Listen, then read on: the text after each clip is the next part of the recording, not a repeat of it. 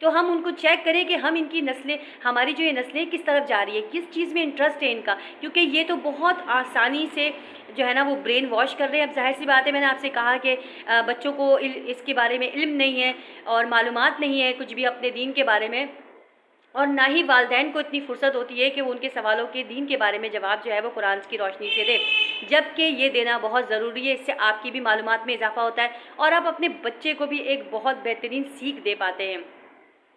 بات آ جاتی ہے یہی کہ اس کا سلوشن تو جی یہی ہے کہ ہمیں اپنے بچوں کے اوپر نظر رکھنی ہے کہ وہ کس طرح سے موبائل فون کو یا کسی بھی چیز کو استعمال کر رہے ہیں۔ لیکن یہ کون کر رہا ہے؟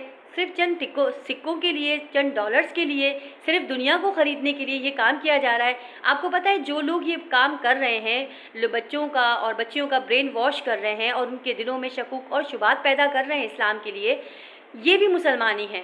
ایسا نہیں ہے کہ یہ مسلمان نہیں اور انہیں معلومات نہیں ہے۔ بعض ٹائم پہ تو کچھ چیزیں، کچھ ڈراموں میں ڈائلاگز ایسے یوز کیے جاتے ہیں، جیسے کہ ایک ڈرامہ کی کلپ میں نے دیکھی تھی اور اس میں یہ خاتون کہہ رہی تھی کہ میں کسی کی بھاڑ میں جائے ہر چیز، میں کسی کی بھی خاطر جو ہے نا وہ گھر کے اندر نہیں رہ سکتی ہوں۔ گھر کے اندر رہنا ان کے لیے بڑا مشکل ہو گیا ہے۔ حالانکہ یہ چار دیواری، وہ کہتے ہیں نا اتنے بڑی بڑی بلڈنگز بنا رہے ہیں، اتنے خوبصورت خوبصورت گھر بنا رہے ہیں، لیکن گھروں میں رہنا نہیں ہے۔ تو پھر کیا فائدہ اتنے بڑے بڑے گھر بنانے کا؟ عورت کے لیے بنایا جاتا ہے نا، مرد کا تو کام یہ ہے کہ وہ جاتا ہے، کماتا ہے، باہر رہتا ہے، اس کے 24 گھنٹوں میں سے کافی ٹائم جو ہے وہ باہر گزرتا ہے۔ ہمارا ٹائم گھروں کے اندر گزرتا ہے۔ جب ہم ہی گھر میں رہنا نہیں چاہیں گے تو پھر وہ گھر کس کے لیے بنائیں؟ یہ بھی ایک لمحہ فکریہ ہے، سوچنے کی بات ہے کہ آپ 24 گھنٹے میں اللہ کو کتنا یاد کر رہے ہیں اور دنیا داری میں کس قدر لگے ہوئے ہیں، اور جس دنیا داری میں جن لوگوں کے لیے آپ یہ کام کر رہے ہیں وہی آپ کا ساتھ نہیں دے رہے، وہی آپ کے ساتھ رہنے کو بھی تیار نہیں ہے۔ اگر کوئی شوہر یہ کہے اپنی بیوی سے کہ تمہیں باہر نہیں جانا، میں تمہاری ساری ایکسس، ہر چیز، سب کچھ پوری کروں گا، کسی چیز میں کمی نہیں ہونے دوں گا، تو وہ تو ایک شہزادی ہے۔ اسلام نے ویسے بھی عورت کو ایک شہزادی بنا کر رکھا ہے، لیکن یہ ہماری افسوس ہے کہ ہم اپنے بچیوں کو یہ سمجھا نہیں پا رہے کہ آپ اس کو اپنی بربادی تصور کر لیجئے، کیونکہ دنیا جب آپ نکلو گے تو آپ کو دیکھے گی اور آپ کو پریشان بھی کرے گی، اور اللہ تعالیٰ چاہتا ہے کہ مسلمان بہنیں، بچیاں یہ پریشان نہ ہوں، کیونکہ قرآن میں بالکل واضح لکھا ہوا ہے۔ اپنے نوجوان نسلوں کو ہمیں ہر طرح سے بچانا ہے، اس میڈیا سے تو خاص طور پہ ہمیں دیکھنا ہے۔ دیکھیں بچہ ہے، ہم اس سے چھین نہیں سکتے یہ چیز، اب اس کی انٹرسٹ کی چیزیں ہم اس سے لے نہیں سکتے۔ ظاہر سی بات ہے وہ دوسروں کو دیکھ کر بولے گا بھائی دوسرے بچے بھی تو یوز کر رہے تھے، لیکن اسے یوز کرنے دیجئے، مس یوز مت کرنے دیجئے، کیونکہ اگر مس یوز آپ نے کیا نا ہماری نسلیں برباد ہو جائیں گی۔ یہ آج ایک بچے کا المیہ نہیں ہے، یہ ایک نوجوان کی بات نہیں ہے، یہ بڑا لمحہ فکریہ ہے کہ ہم اپنے بچوں کو سوشل میڈیا کے اوپر کیا دکھا رہے ہیں۔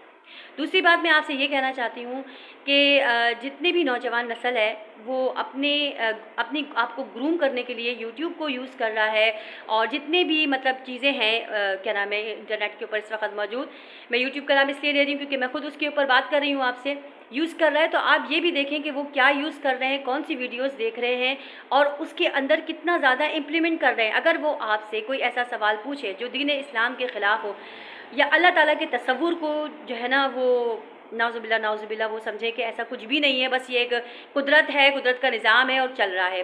حلال اور حرام کی تمیز بھی بچوں اور بچیوں میں نہیں رہی۔ ایک جگہ میں نے ایک کلپ میں اور دیکھا تھا، ایک بچہ کہہ رہا ہے کہ جی اگر سب کچھ اللہ تعالیٰ نے ہی بنایا ہے تو پھر حرام اور حلال کی تمیز کیوں؟